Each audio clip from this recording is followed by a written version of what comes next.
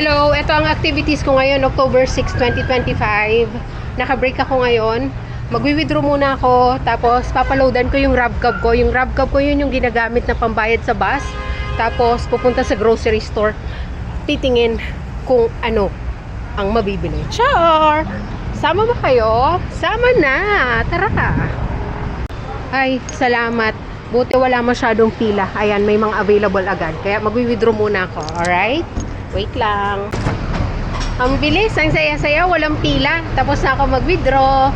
Actually, may bibilin lang kasi ako ngayong October. Kaya nag-withdraw ako. Pero, kung hindi naman, hindi ako nag-withdraw. Madalas, puro card transaction.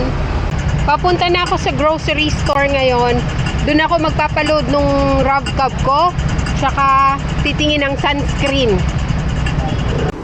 Yon, ito yung sinasabi ko na RabCab. Ito yung ginagamit dito sa Israel na pambayad sa bus kasi hindi pwedeng cash. Hindi tumatanggap ng cash sa bus. Tapos usually, nagpapaload ako dito sa loob ng Super Farm. Yan. Diyan ako nagpapaload nito. So ngayon, papaload tayo. Tara, let's. May tinted ang La Roche. Ito. Hindi ko pa ito nasusubukan. Pag sunscreen to, bibilin ko to. Hindi pa rin ako nakakagamit ng tinted. Excuse me. Is this sunscreen but tinted? Tinted, yeah. Oh yeah, okay. Thank you.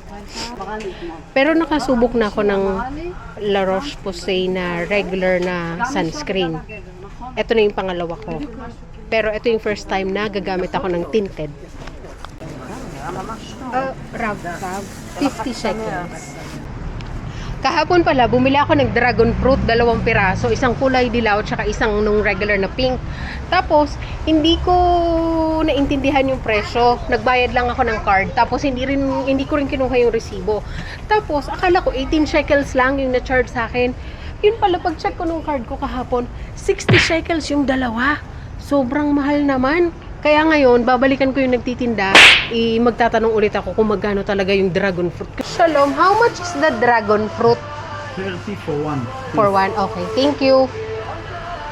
Tama yung presyo sa akin kahapon ng 2 dragon fruit. Tinanong ko ulit ngayon. 30 pesos. Sana nga 30 pesos na lang, no?